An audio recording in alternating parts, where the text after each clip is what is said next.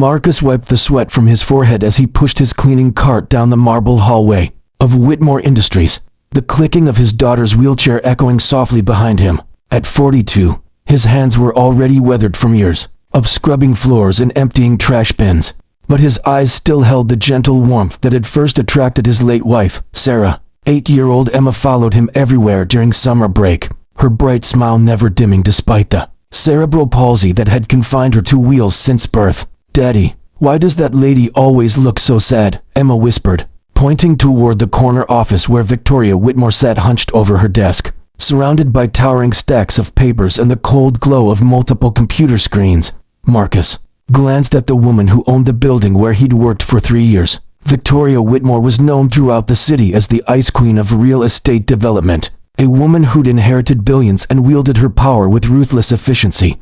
At 35, she commanded boardrooms with sharp words and sharper suits, never showing weakness, never showing emotion. The employees whispered that she'd fired her own cousin for missing a deadline, that she'd demolished a historic orphanage to build another shopping complex. "Some people carry heavy burdens, sweetheart," Marcus said softly, adjusting Emma's blanket. "We don't always know what someone's going through." Emma studied Victoria through the glass walls, her young face scrunched in concentration. Despite her physical limitations, Emma had always possessed an uncanny ability to see straight through two people's hearts. She noticed things others missed. The way Victoria's shoulders sagged when she thought no one was looking.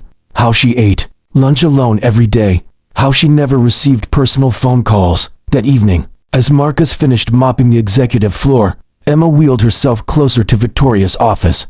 The CEO was still there, as she always was, long after everyone else had gone home. Through the glass, they could see her staring at a photograph on her desk, tears streaming down her face. "Daddy," Emma whispered urgently, "she's crying." Marcus looked up from his mop bucket, his heart clenching at the sight. In 3 years of working here, he'd never seen Victoria show any emotion beyond cold professionalism. Something was terribly wrong. Emma made a decision that would change everything.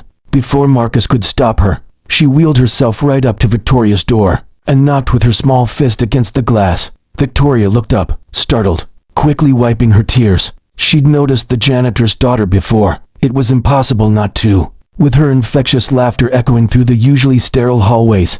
But no employee had ever dared to interrupt her, especially not after hours. "I'm sorry, miss." Marcus rushed forward, his face flushed with embarrassment. "Emma, we need to let Miss Whitmore work." But Victoria surprised them both. It's okay," she said, her voice hoarse from crying. She opened the door, kneeling down to Emma's eye level. "What is it, sweetheart?" Emma reached into her backpack and pulled out a hand-drawn picture, a colorful crayon drawing of 3 stick figures holding hands under a rainbow. "This is for you," she said simply, "because everyone needs a friend." Victoria stared at the drawing, her carefully constructed walls beginning to crack.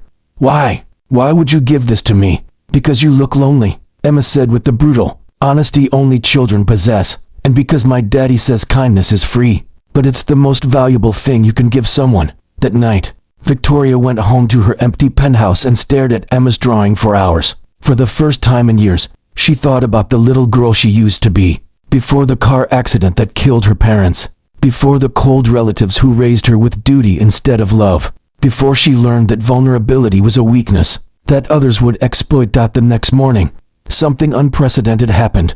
Victoria Whitmore left her office and walked to the break room, where Marcus was refilling his cleaning supplies. "Mr. Thompson," she said formally, then paused, her voice softening. "Marcus, could I speak with you for a moment?" Marcus nodded nervously, wondering if he was about to be fired for Emma's boldness. "Your daughter," Victoria continued, clutching Emma's drawing, "she's remarkable. In all my years running this company, no one has ever just given me something without wanting something in return.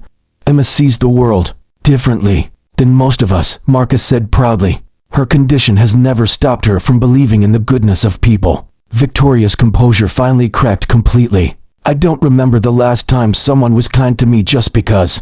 I don't remember the last time someone saw me as anything other than a bank account or a business opportunity." She looked down at the drawing again. "I built walls so high that I forgot there might be people worth letting in." Over the following weeks, something beautiful began to unfold. Victoria started leaving her office more often. stopping to chat with Emma during her daily rounds with Marcus. She learned about Emma's physical therapy sessions, her dreams of becoming an artist, her unwavering optimism despite the challenges she faced every day. Emma, in turn, slowly coaxed stories from Victoria about her childhood, how she'd loved to paint before the accident, how she dreamed of opening an art school, how she'd hidden those dreams away when the weight of corporate responsibility crushed down on her shoulders. "You know," Emma said one afternoon as Victoria sat beside her wheelchair, both of them watching Marcus work, "my mommy used to say that our hardest times make us ready for our best times." Victoria felt something shift inside her chest. "Your mommy sounds like she was very wise." "She was," Emma said simply. "She got sick when I was 5, but before she went to heaven, she told Daddy and me that love is the only thing that matters. Everything else is just stuff." That evening, Victoria made a phone call that surprised everyone, including herself. She called an emergency board meeting. "I'm restructuring the company," she announced to the shocked faces around the conference table. "We're establishing the Whitmore Foundation for disabled children. We're converting the lot on 5th Street, yes, the one earmarked for the shopping complex, into a state-of-the-art therapy and education center." The board members erupted in protests about profit margins and shareholder expectations, but Victoria held up her hand. "Furthermore," she continued, "I'm promoting Marcus Thompson to Director of Community Outreach. His salary will reflect his new position, along with full medical benefits for his family." After the meeting, Victoria found Marcus and Emma in the lobby. Marcus stood in stunned silence, still processing what had just happened, while Emma beamed up at both of them. "I don't understand," Marcus finally managed. "Why would you do this for us?" Victoria knelt down beside Emma's wheelchair, her eyes bright with unshed tears. "Because 8 years ago, I thought I'd lost everything that mattered. I built a fortress around my heart and convinced myself I was protecting what was left of me. But your daughter, she showed me that walls don't protect us, they just make us prisoners." She looked at both of them, her voice breaking with emotion. "You didn't see a wealthy CEO when you looked at me. You saw a person who needed kindness. Emma gave me back something I thought was gone forever, the ability to hope, to trust, to believe that there's still good in this world." Emma reached out and took Victoria's hand. "Does this mean we're friends now?" Victoria laughed through her tears, a sound that would have been unrecognizable to her employees just weeks before. "Yes, sweetheart, we're friends." 6 months later, the Whitmore Center for Children opened its doors. Marcus stood in the bright, cheerful lobby, watching Emma and dozens of other children participate in art therapy, physical rehabilitation, and educational programs. Victoria had kept her promise and more. The center provided free services to any family who needed them, funded by the restructured company's profits. Victoria appeared beside him, no longer the cold executive in designer suits. She wore jeans and a paint-splattered apron, having just finished an art class with the kids. "Any regrets?" Marcus asked, gesturing toward the bustling center. Victoria watched Emma show a newer student how to mix colors on a palette, her wheelchair no barrier to her enthusiasm and creativity. "Only one," she said softly, "that it took me so long to remember who I used to be." The center became Victoria's greatest legacy, but more than that, it became her healing. She discovered that the little girl who dreamed of teaching art had never really disappeared. She'd just been waiting for someone to believe in her again. Emma's picture still hung in Victoria's office, now relocated to the center, but it was no longer the only artwork on her walls.